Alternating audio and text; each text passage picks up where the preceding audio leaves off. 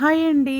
మనకి summer season వచ్చేసింది. ఈ కాలంలో మనకి ఎక్కువగా దొరికేయి మామిడి పళ్ళు. మామిడి పళ్ళు అంటే ఇష్టం లేని వాళ్ళు చాలా అరుదండి.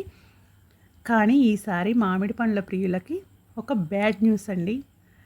బ్యాడ్ న్యూస్ చెప్పబోతున్నాను నేనైతే. ఈసారి ఎక్కడైనా మామిడికాయల్లో ఎక్కువ శాతం పురుగులు ఉంటున్నాయండి. చూడండి, పైన చూడటానికి మాత్రం మామిడికాయ గోల్డ్ కలర్లో చక్కగా ఉంది. కోసాక కూడా చూడండి ఎంత గోల్డ్ కలర్లో ఉందో. కానీ చూడండి ఎంత సన్నని తెల్లని పురుగులు ఉన్నాయండి.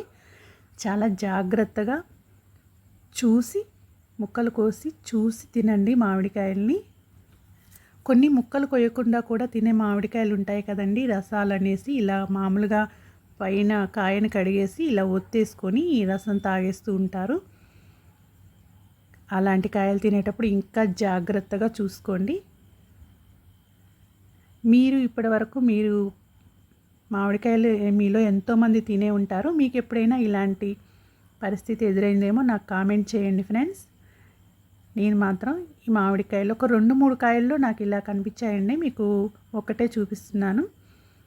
చూడండి, తెల్లగా కనిపించేవన్నీ పురుగులేనండి. చూడండి ఎలా వస్తున్నాయో. సన్నగా కాయ మొత్తం కూడా మనకి రంధ్రాలుగా ఉంది. ఎక్కడో ఒకటి కనిపించినా కాయ మొత్తం కూడా దాని గుడ్లు ఏయో ఉంటాయని అనుమానం అనిపిస్తుంది కదా. కాయ మొత్తం పడేయటమే. చూడండి లోపల కూడా కాయ ఎంత గోల్డ్ కలర్గా ఎంత బాగుందో. అయినా కానీ తెల్లగా కనిపించేవన్నీ పురుగులండి. మామిడికాయలు కొనుక్కొని తోటల్లో తెచ్చుకొని తినేవాళ్ళు జాగ్రత్తగా చూసి తినాలని కోరుకుంటున్నాను. మీలో ఎంతమందికి మామిడికాయలు అంటే ఇష్టమో నాకు కామెంట్ చేయండి ఫ్రెండ్స్.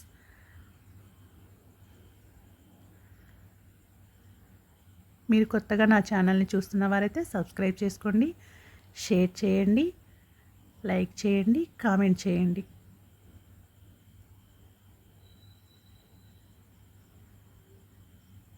మామిడికాయలు తినేటప్పుడు మాత్రం కొంచెం జాగ్రత్తగా చూసుకొని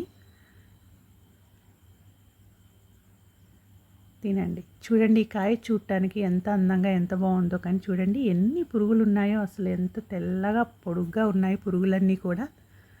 చూడండి ఇంకా కోసిన తర్వాత లోపల నుంచి వస్తున్నాయండి. ఒక్కోసారి మామిడికాయ కొయ్యంగానే కూడా మనకి కనిపించట్లేదండి. మీరు ఏం కనిపించట్లేదు, పురుగులు లేవనేసి నోట్లో పెట్టేసుకోకండి. కొంచెం వాటిని అలా ముక్కని పక్కకు పెట్టి మనం క్లియర్గా చూసామంటే సన్న రంధ్రాల్లో నుంచి బయటకు వస్తున్నాయండి. కొంచెం జాగ్రత్తగా చూసి తినండి. తొందరపడి తినేసి హెల్త్ ఖరాబ్ చేసుకోకండి ఫ్రెండ్స్.